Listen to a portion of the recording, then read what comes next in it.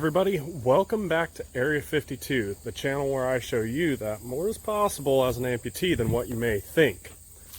And what I'm actually starting to find out about this channel is it's also the channel where you get to watch me struggle doing simple things. So today, as promised, I have a few updates for you guys. I got some new tools, I got a new car, and I'm looking at a career change actually. So I guess the first things first, we'll go with the career change. So I've been laid off since the end of March 2020, and it is now September 2020. I've been holding out to see if my previous employer would call me back, and it's getting to the point where I want to move on and be employed somewhere.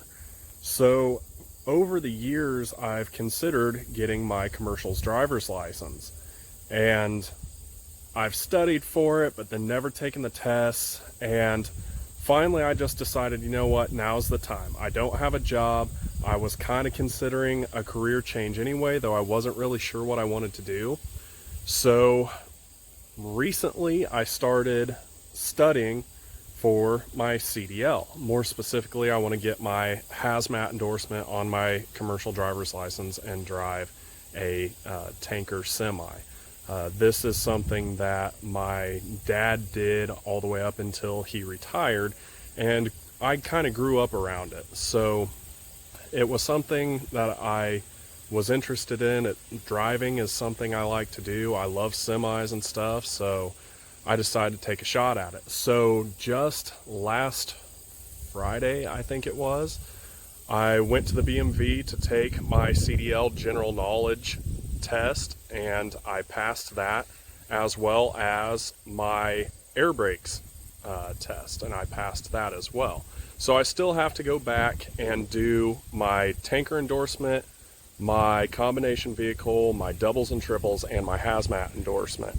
And I also have to go do a driving portion of the test as well. So I'm going to study for all that, and then I will hopefully pass. And then I will have my CDL, and from that point I can choose what company I'd like to work for and go from there. So I'll be sure to keep you guys updated on my progress for my CDL and let you know what's going on with that, let you know when I pass. My plan is not to fail. I plan on passing this and moving on to a different career. If you watch some of the videos in my other channel, 5-Digit Films, I'll explain a little bit more as to why I'm doing this, but the gist of it basically is that I'm not 100% sure that working in a factory is best for my mental health anymore. The last few months that I was working, it really seemed like I was being mentally drained. I pretty much only went to work and came home, and I slept until it was time to go to work. I wasn't eating, my appetite wasn't what it should be, and it still really isn't. So I at least want to try something else for a little bit and see if it's the place that I was working, because I continued to work at the same place where I had my accident and lost my hand. So I want to see if it's the place I was working at, or if it was the career that I was in, or if it was something else. So I'll keep you guys posted on that. So that brings us to my next topic. I got a few different assorted tools. One of them I'm actually currently using, so I will show you that. And then another one is going to help me on Project Mouse Motel mostly, and then as well as future projects that I have planned for it also. And then we'll get on to the new whip. So what you're looking at here is the Smooth, or S-Move. I'm not really sure how they pronounce it. I'm guessing Smooth. But it is the smartphone and GoPro camera stabilizer. It's a 3-axis gimbal, and as you can see, it has a telescoping handle, it has a mini tripod, and this is going to allow me to take a much better quality video for you guys. So I'm really excited about this product. I've never had anything like this before, so I'm hoping that I can make a better quality video for you guys using this new device. So this actually has some really cool features, and by the way, this is not a paid sponsorship or anything like that. This is just me being excited about a new product that I have to use. So I can actually control this device using these controls right here. It allows me to do a lot of things like moving the camera around. I can zoom with that. I can take pictures. There's a trigger button on the back here. And it actually has an app that goes with this camera gimbal. So if I'm in the app and in the camera mode of the app, I can have it do things like following a specific object or following my face. So it'll require me to move the camera around less when I'm recording, especially if I'm in the garage working on something. I can have it maybe focus on my hands or focus on a specific tool I'm holding or something like that. Being a one-handed camera operator kind of limits me as to how I can shoot. So this gimbal is going to make a big difference there. It cost, I think I paid around $160. They had kind of a promotional deal going on for it. But for the price and the quality of the product, I felt like it was worth it, and I wanted to give it a shot, so I went ahead and bought one. Okay, everybody, I made a little bit of a mistake at this section. I thought I was recording video, but apparently I was not, because there is no video to be found. But the next tool I got is this new welder. This is a Harbor Freight Titanium Unlimited 200 multi-process, multi-voltage welder. I had messed around with my Hobart unit a little bit, and it's just not adequate enough to weld 1/4-inch steel like I need for the bumper of Mouse Motel. So instead of borrowing somebody else's unit, I went ahead and bought this one.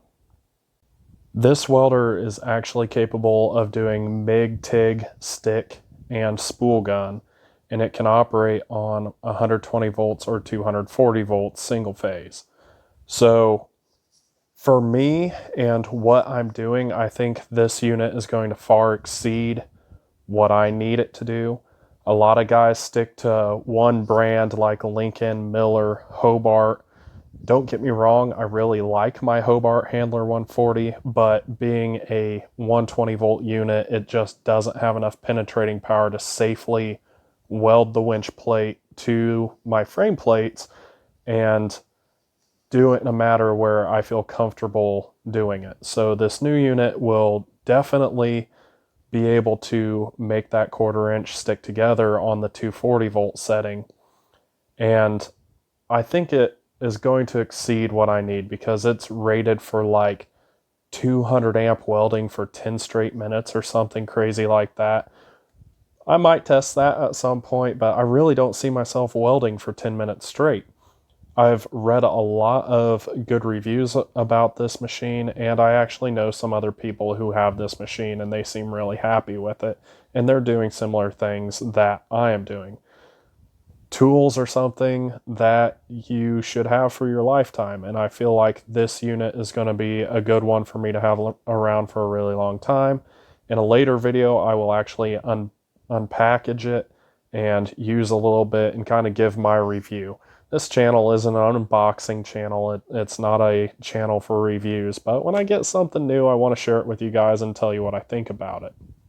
So I also didn't record the next part, the third update, if you will, and that is the new car I got.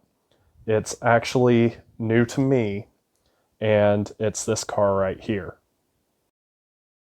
This is my 2003 Cadillac Cts. A buddy of mine who actually buys and sells had bought this car and hit me up immediately because he knew it would be something I was interested in. I initially bought it with the thoughts of reselling it, but I don't know. We might end up keeping this one around for a little bit because I really like this car. This Cadillac is actually kind of what I would consider an attainable dream car of mine. When I was coming of driving age, my mom actually had a maroon colored CTS that was just cherry. And I got to drive that car every once in a while and I really loved it. So driving this car has been a major throwback for me. And this car has something that her car didn't, a manual transmission. Yes, this is a 5-speed car. It has the Getrag 260 in it. And it's coupled with the standard V6 for 2003. This car is optioned out pretty well. The only thing that I've noticed it doesn't have is the heated seats and the nav screen. But this car is actually kind of rare because it was the base model, if you will, except this one is optioned out. As I said, it's only missing 2 options that I can tell so far. These cars actually came standard with a manual transmission, but a lot of people ordered them with an automatic transmission, therefore making the 5-speed manual kind of rare. I don't know how many of them were made, but it might be something worth checking out. If I keep this car for a long time and continue making videos with it, I may go ahead and drop a 5.3 liter V8 out of like a Chevy truck and a T56 manual transmission into it as well. But that's a long way down the road, and that's if I keep the car. Right now, I think what I'm probably going to do is fix it up a little bit. It just needs cleaned. It needs a wheel bearing, and it needs some O2 sensors. So once I get that done and clean the car up as best I can, I'm probably going to post it for a high market value price and see if anybody buys it. And if they don't, I just might keep it and drive it. But I do plan on titling it and insuring it and driving it until it may potentially sell. So we'll see what happens on that, but let's get back into the regular video. So here we are inside of the Caddy, and as you can see, we're sporty. We got the sunroof open, but I figure I'll probably go ahead and take it for a little bit of a joyride, give you guys an idea of what this thing sounds like on the inside with the wheel bearing going bad. And I know some of you are probably going to be like, no way, they didn't make V6 5 speeds. Well, I'm going to go ahead and prove you wrong right now. That is a manual transmission right there. See? 5 speed. So whoever bought this car bought it with the manual transmission, but a lot of people didn't. They actually bought them with automatics, which makes this car more rare than the automatic.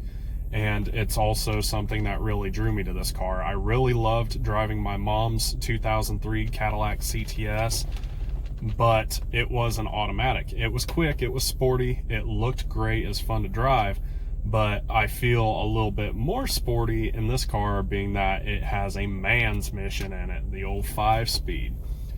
So I'm gonna pull out here, and once I get going, I'll get the camera going again so you guys can see what it sounds like inside of this car.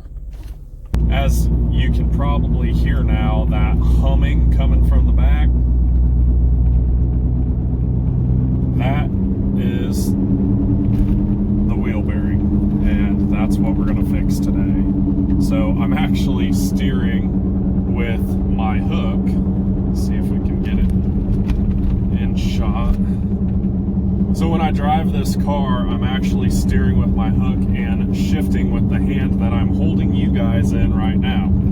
So it's a little bit of a handful for me, but it's fun. And I'm not going to give up driving a manual transmission just because I'm missing one hand. That would be ridiculous. So I'm going to put you guys down now and turn the AC back on because it's hot as balls in here, and then get this thing put back in the garage and get started on that wheel bearing. All right, so I am back from the drive. I've got the Cadillac in the garage, got it jacked up, got the rear wheel off, got the brake assembly off of the rotor. I have the rotor off, and I have the axle nut off as well.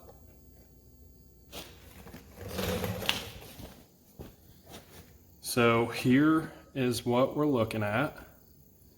Right there is the hub assembly and the backing plate. So now I have to get this ABS sensor wire unplugged, and I have to get, there's 3 bolts on the back side of this that I have to get out. And then I should be able to pull the hub assembly using a hub puller. So I'll film a little bit of this for you guys, but I don't want to bore you with the trivial stuff like getting the wheel and the brake assembly off of it. That's pretty basic stuff. So here we go. Get that out of the way. Now I gotta get this plug pried up and free of here so I can pull it through. Now the next thing I'm going to have to do is get back here and get a couple 15mm bolts out of there and get this parking brake unhooked from back here and get all of it out of the way so I can get this hub off.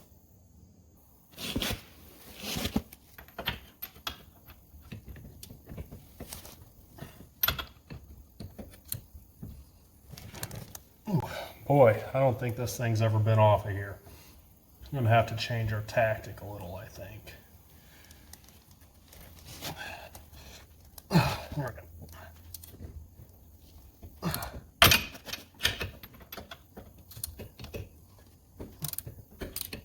There we go. Now it's starting coming.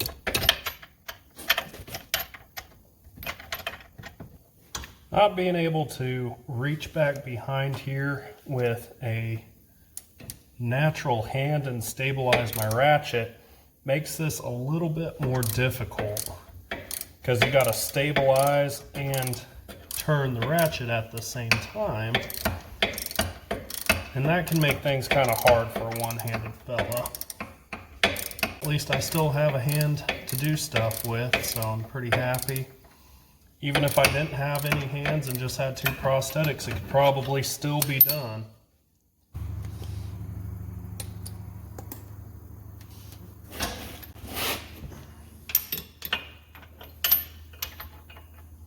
And there's just no good way to get back behind here and get this out. There we go. There's 1 bolt out.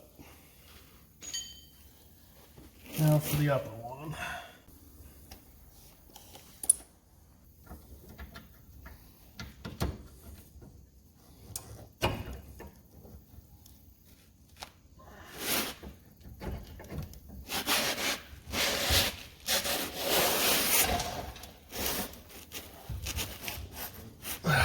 There we go.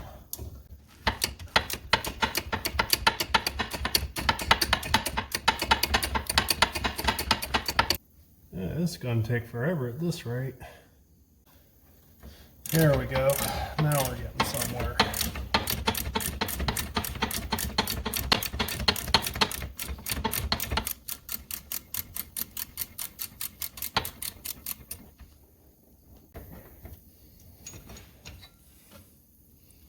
There's number 2.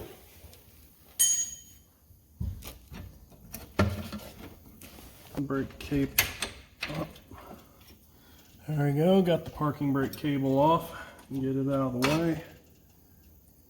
Now I gotta get, there's 3 nuts back here, or I'm sorry, 3 bolts back here that hold the hub assembly on. I'll have to get those busted loose now. Yep, I got her busted loose. Alright, let's get this side broke loose. Now what I'm going to do is I'm going to use this wrench here and put my knee under it and use my knee to help. There we go.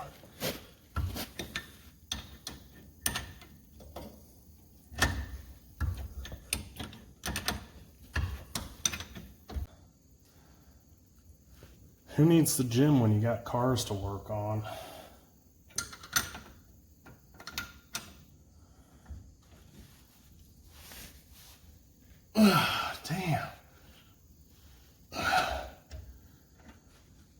She's in there good.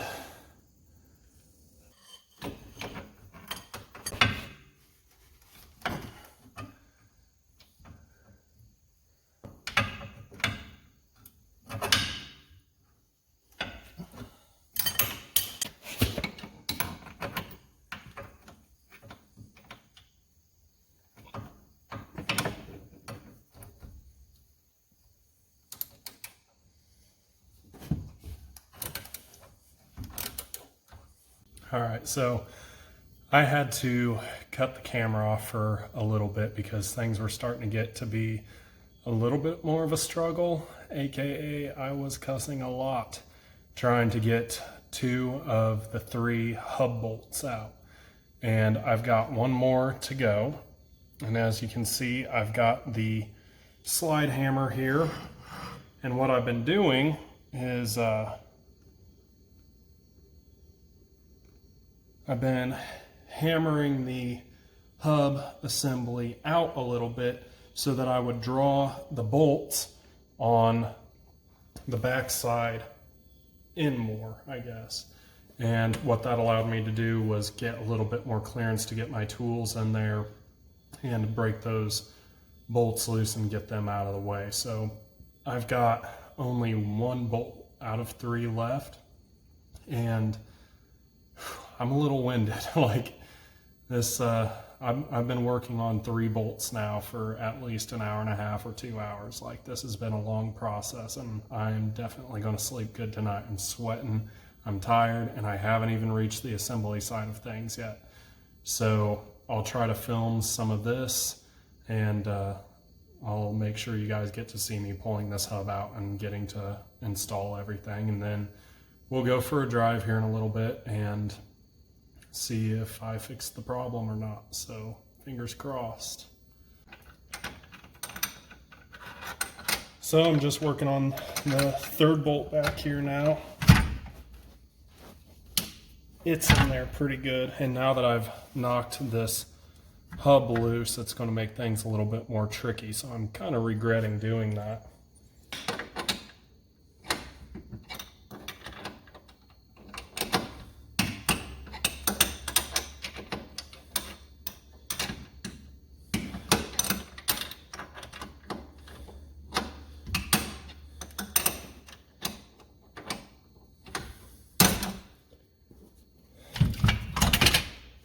Oh, there it is. It's off. Oh no. It's not off. I don't think. No, the bearing just separated. Oh, great. Well, I'm gonna have to figure that out. Alright, of course I didn't get it on camera, but there's the inner part of the bearing. As you can see, now this is all free. There is a ton of corrosion inside this spindle and on the outside, so I'm going to need to clean all this up before I go any further. So yeah, that's finally the disassembly process is done. Now I can clean things up and get back on the reassembly side of things.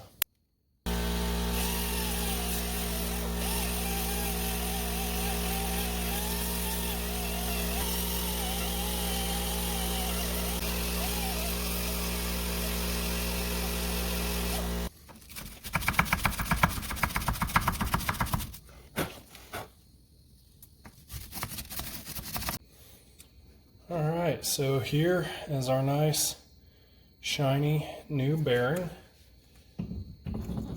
Ready to go back on. So first thing we gotta do is try to snake this past here. Oh, I'm dumb. This is where I screwed up. It's got to go on first.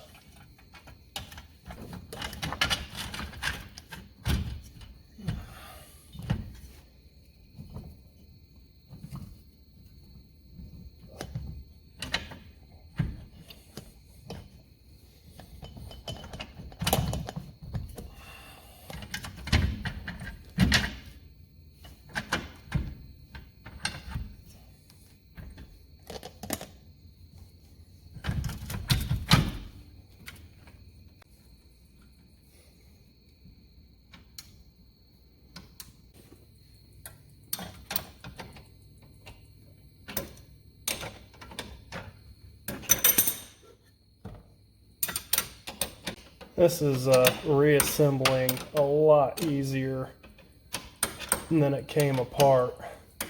When I was backing the bolts out of this hub, taking it apart, the ends of the bolts were pretty corroded and didn't want to come back out. So as I loosened them up, they actually got tighter and tighter until they were all the way out,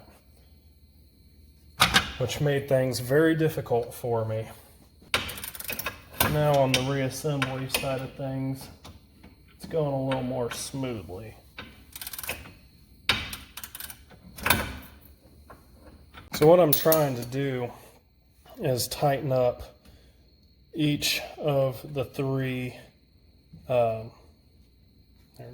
each of the three bolts that hold this on kind of evenly as I go to kind of work this bearing in place.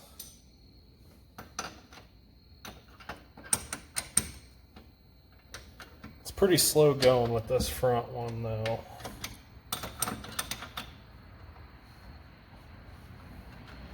I'm only able to do maybe a quarter turn at a time.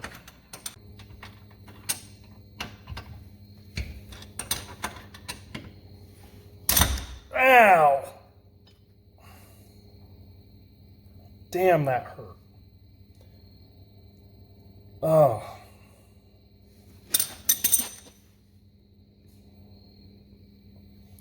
Yeah, when my wrench slipped, I just punched myself in the eye and then hit the back of my head up here on the fender.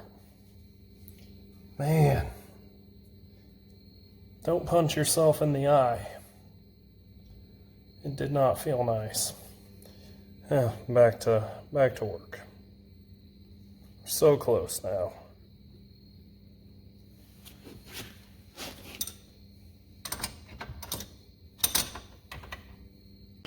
Man, there's just no good way to do this.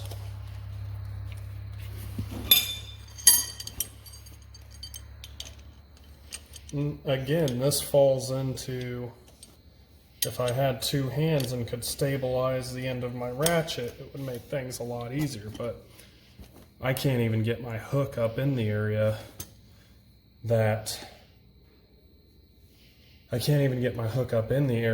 back behind there to stabilize this. So basically it's just going to have to be as tight as I can get it with one hand, which, I mean, you know, my right arm's pretty strong. And I have no doubts. I mean, I think they're supposed to be torqued to like, let's say 150 foot-pounds. I don't know. I'll have to rewatch the video here in a second and see what the torque spec is. But I mean, 100 foot-pounds for a guy like me doesn't take much, especially when you're using a cheater bar this long or putting all of your weight. You know, I'm like 200, 205, something like that, and I'm putting all my weight against a wrench. And I know about how tight they were when they came out too, and how much effort that I had to put into it. So I'm not going to get overly concerned with the torque spec here, though. I'll try it. There's no way on this forward bolt that you could even get a torque wrench on it, so I don't know what they expect you to do there, but at least on the bottom one and maybe on this one toward the back I'll be able to. But as long as I get them nice and tight, I'm not too darn concerned.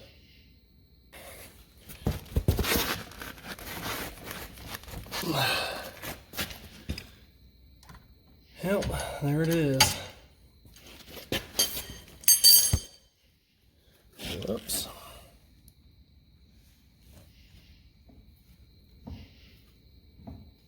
Oh man, good deal. Now it looks like we can put the old parking brake back on. The big problem is going to be getting the spring up and out of my way. Alright, so I got the cable pulled out as far as I can, which gets the spring up out of the way and exposes this. So then, move you guys around behind here so you can see what I'm doing.